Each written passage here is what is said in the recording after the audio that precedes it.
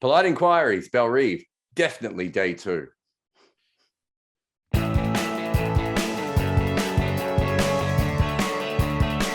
Nick says, how many of England's top 6 will make it to the West Indies? Well, I don't know. Do they have some holidays booked? Probably most of them. I think Rory Burns is dangling by a thread at the moment, but it's, as we've discussed ad infinitum, it's not like there's a huge queue of guys in reserve that have been piling on the runs and demanding selection. And it's not like anyone's playing any first-class cricket between now and the Caribbean Tour's selected. So I reckon probably 5 out of the top 6 make the squad. I reckon Burns might be time up. It's not a great sign when you're for an opening batter to have a lower batting average than his age, which I think he does now have. He's been run out 3 times off the top of my head. He ran himself out in Sri Lanka. There was another run out. Was it in the last Ashes? Maybe even. There was certainly another run out that he had. If he didn't, I know this is wildly speculative, but if he wasn't running himself out so often, he would actually have a slightly higher batting average. I'm just saying, as a rule, if you're an opening batter, try not to run yourself out. Words to live by. Hawthorne says, has Australia under Cummins regained the controlled aggression they once had under Taylor? Well, that's a throw. I mean, to be honest, Matt Roller was not born when Mark Taylor played Test cricket, so it's a very tough one for him to answer. No, I think they sledged it a lot under Taylor, to be fair. I think Taylor smiled a lot and was genuinely, genial and you could see him as a commentator. I remember interviewing Mark Taylor once and I said, you're on the Cricket New South Wales committee, you're on a Cricket Australia committee, you're on an ICC committee. In some ways you run the game. And he went, yeah, scary, isn't it? So I'll go, I think that maybe Taylor masked some of the stuff that Australia did. But I do believe that Cummins has probably told them to be to not back down a little bit, but maybe settle a little bit. They're just a better team. You don't need to sledge if you're better. It's the opposite of you don't need. I'm not sure you ever really need to sledge that much at all. Which I think I just lost my passport for saying that. I quite enjoyed Travis Head at short leg as well, doing his little crocodile gesture because I think I'm not certain, but I think because they think that Zach Crawley catches crocodile style in the field. It's funny because when you said that, I was trying to work that out at the time as well, and I wasn't sure if that was against Zach Crawley because Travis Head actually fumbled that catch. Is when you fumble the catch the time to actually pull out the crocodile? I don't know. So I'm hoping it was about something else. But yeah, the crocodile hands was very old school Australian. Although they'll now release a press release saying, actually, no, I think you'll find that, Pat Cummins or Scott Boland wrestled a crocodile years earlier, and they were referencing that. That's a joke for the Jack Leach fans out there. Amma says, who do you think should be the openers for Australia in the next Asian tours? Khawaja picks himself. Well, he wishes he picks himself. But shall they go for Warner as well?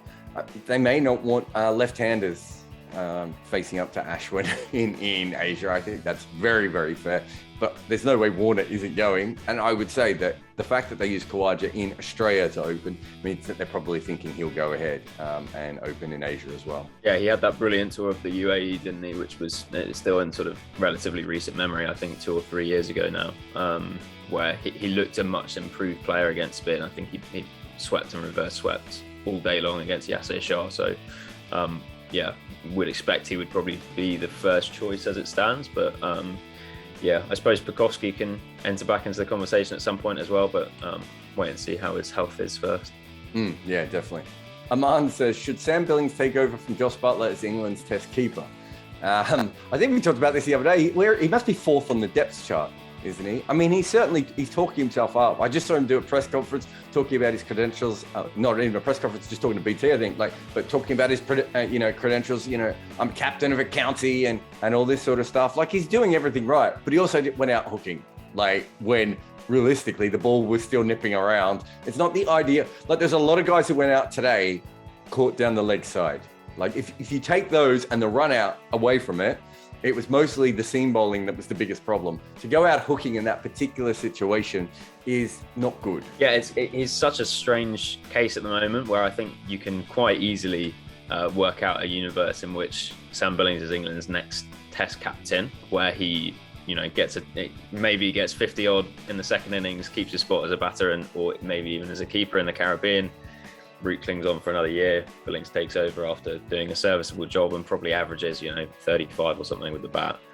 Equally, this could well be his only test, and neither would be that surprising, I don't think. Which is quite a weird situation, but then England are quite a weird team. Sam Billings is the Pavlov's dog. No, is it Pavlov's dog?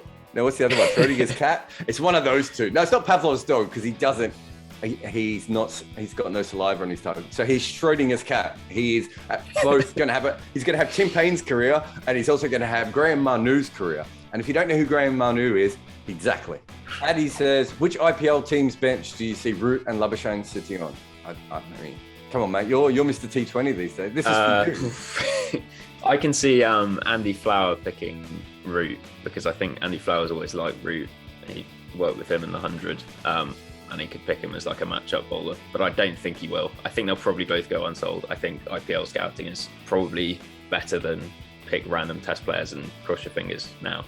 I still think that Joe Root is a really good T20 player, but like I did this piece on Ross Taylor the other day. Like Ross Taylor could have been a really good T20 player as well.